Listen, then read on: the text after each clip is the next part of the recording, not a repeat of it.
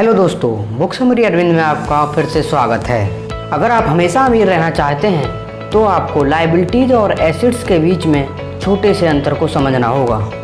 Assets वो होते हैं जो हमें पैसा ला कर देते हैं, लायबिलिटीज़ वो होती हैं जो हमारे पास से पैसा लेकर जाती हैं। तो आपको इन दोनों के बीच में डिफरेंस को समझने की बहुत ज़्यादा ज़रूरत है।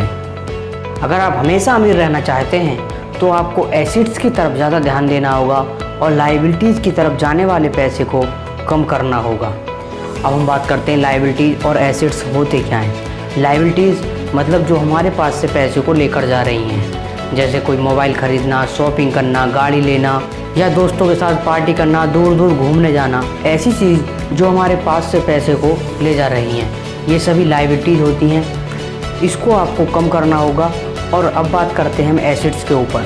जैसे मान लो आपने कोई बिल्डिंग ली और उस बिल्डिंग में आपने रूम बनाने के बाद अगर आप उस बिल्डिंग को रेंट पर देते हैं तो वह बिल्डिंग आपको मंथली या ईयर वाइज पैसे देती रहेगी।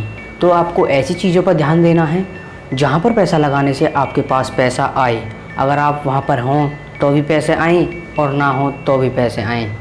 स्टॉक मार्केट में पैसा लगा सकते हैं, लैंड्स खरीद सकते हैं या और भी बहुत सारी चीज़। चलिए इसे थोड़ा डिटेल में समझते हैं। संपत्ति यानी एसेट्स वो हैं जो हमें पैसा कमा कर देती हैं और दायित्व यानी लायबिलिटीज और जिम्मेदारी वो हैं जो हमसे पैसा खर्च करवाते हैं।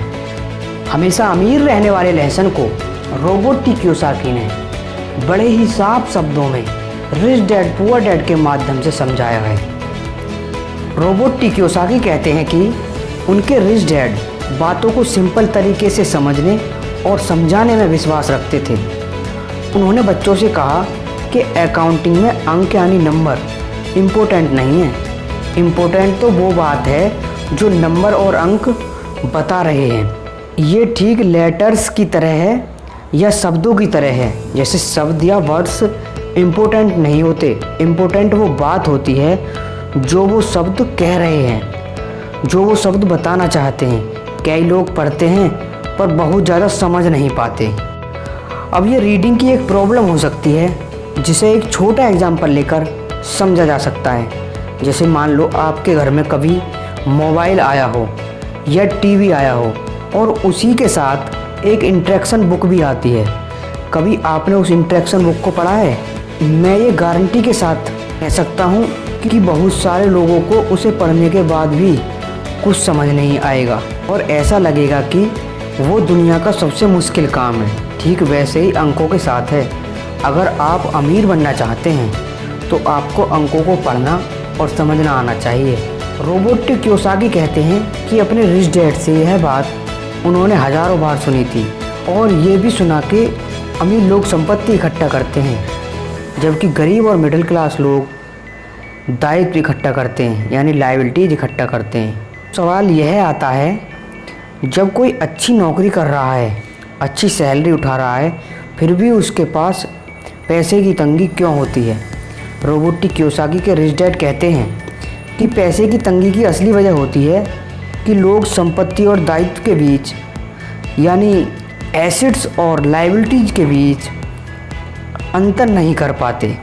वास्तव में आपको अमीर बनना है तो बस आपको इतना ही जानने की ज़रूरत है और आप ज़िंदगी भर एसेट्स जमा करते रहेंगे और आप ज़िंदगी भर एसेट्स खरीदते रहेंगे। बस इनके बीच के फ़र्क को न जानने के कारण लोग ज़िंदगी भर पैसे की कमी से परेशान रहते हैं। पैसे के लिए आदमी इसलिए परेशान होता रहता है कि वो ना तो शब्दों को समझ पाता है और ना ही अंकों को। जिन लोगों के सामने पैसे की मुश्किलें आ रही हैं उन्हें ये समझ लेना चाहिए कि शब्दों और अंकों में ऐसा कुछ नहीं है, कि शब्दों और अंकों में ऐसा कुछ है जिसे वो पढ़ नहीं पा रहे। कोई चीज़ ठीक से उनकी समझ में नहीं आ रही है। अमीर लोग इसलिए और अमीर होते जाते हैं क्योंकि इस मामले में वो पैसों से परेशान लोगों से ज़्यादा समझदार होते हैं। तो अगर आप भी अमीर बनना चाहते हैं और अपनी दौलत को बनाए रखना चाहते हैं तो पैसे की समझदारी बहुत ज़रूरी है, शब्दों में भी और अंकों में भी।